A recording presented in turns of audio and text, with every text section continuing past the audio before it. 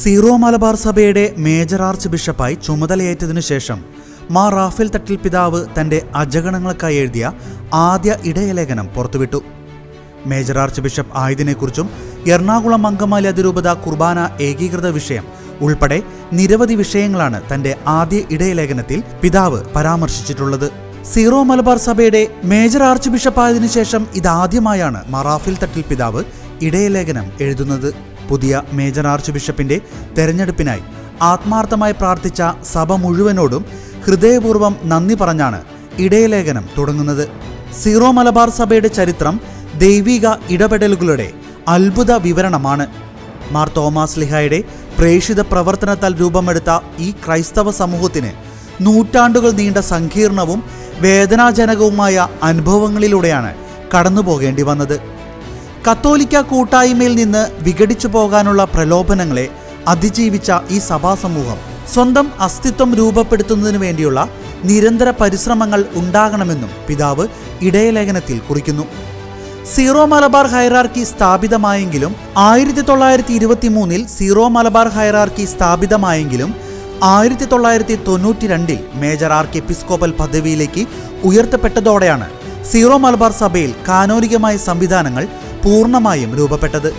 നമ്മുടെ സഭയെ കഴിഞ്ഞ 2 സഹസ്രാബ്ദങ്ങളിൽ വഴി നടത്തിയ ദൈവപരിപാലനയ്ക്ക് നന്ദി പറഞ്ഞ പിതാവ് സഭയുടെ ആദ്യത്തെ മേജർ ആർച്ച് ബിഷപ്പ് കർദിനാൾ മാർ ആന്റണി പടിയറ പിതാവിനെയും pontifical delegate arch bishop Mar Abraham Kattumana പിതാവിനെയും രണ്ടാമത്തെ മേജർ ആർച്ച് ബിഷപ്പ് കർദിനാൾ മാർ വർക്കി വിധേയത്തിൽ പിതാവിനെയും സഭയുടെ 3ാമത്തെ മേജർ ആർച്ച് ബിഷപ്പായ കർദിനാൾ മാർ ജോർജ് ആലഞ്ചേരി പിതാവിനെയും അനുസ്മരിക്കുകയും ചെയ്തു.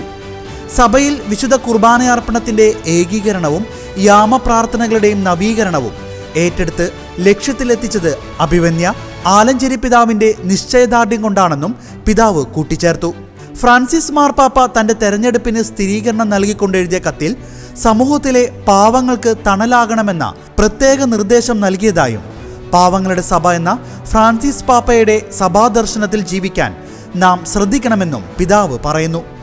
ധൂർത്തും ആഡംബരവും കുറച്ച് ജീവിക്കാനും തിരുനാൾ, വിവാഹം, തിരുപ്പട്ടം തുടങ്ങിയ ആഘോഷങ്ങൾ ലളിതമാക്കാനും നാം ശ്രമിക്കാനും യുവജനങ്ങളുടെയും കുഞ്ഞുങ്ങളുടെയും വിശ്വാസ പരിശീലനം സഭ മുഴുവൻ്റെയും ഉത്തരവാദിത്തമായി കണക്കാക്കണമെന്നും ക്രൈസ്തവർ ഇപ്പോഴും സ്നേഹത്തിലും പരസ്പര ബഹുമാനത്തിലും ജീവിക്കണമെന്നും പിതാവ് പറയുന്നു.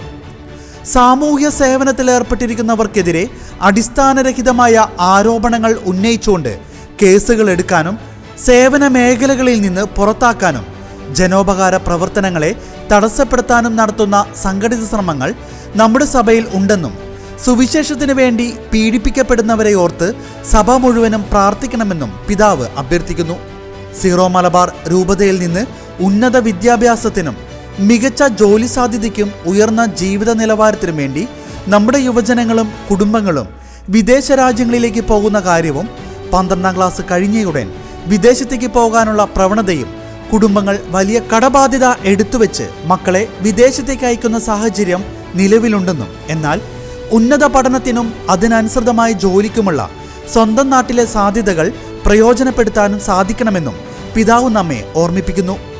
എറണാകുളം അങ്കമാലി അതിരൂപതയിൽ നിലനിൽക്കുന്ന പ്രതിസന്ധികളെക്കുറിച്ചും പ്രാർത്ഥിക്കുകയും പരിശ്രമിക്കുകയും വേണമെന്നും ഈ വിഷയത്തിന് പരിഹാരം കാണാൻ പൊന്തിഫിക്കൽ ഡെലഗേറ്റായ ആർച്ച് ബിഷപ്പ് സിറിൽ വാസിൽ പിതാവിനെയും apostolic administrator bishop Mar Bosco Puthur പിതാവിനെയുമാണ് പരിശുദ്ധ സിംഹാസനം ചുമതലപ്പെടുത്തിയതെന്നും സഭയിൽ ഐക്യം കൊണ്ടുവരാൻ അവർ നടത്തുന്ന പരിശ്രമങ്ങളോട് എല്ലാവരും ആത്മാർത്ഥമായി സഹകരിക്കണമെന്നും എന്നാൽ നമ്മുടെ കുർബാനക്രമത്തിന്റെ സിനഡ് തീരുമാനിച്ച ഏകീകൃത രൂപം നടപ്പിലാക്കുന്നതുമായി ബന്ധപ്പെട്ട് പരിശുദ്ധ പിതാവ് ഫ്രാൻസിസ് മാർപ്പാപ്പ ആവർത്തിച്ചു നൽകിയ ഉദ്ബോധനത്തിൽ നിന്ന് പിന്നോട്ടു പോകാൻ ആർക്കും സാധിക്കില്ലെന്നും പിതാവ് ഓർമ്മപ്പെടുത്തി.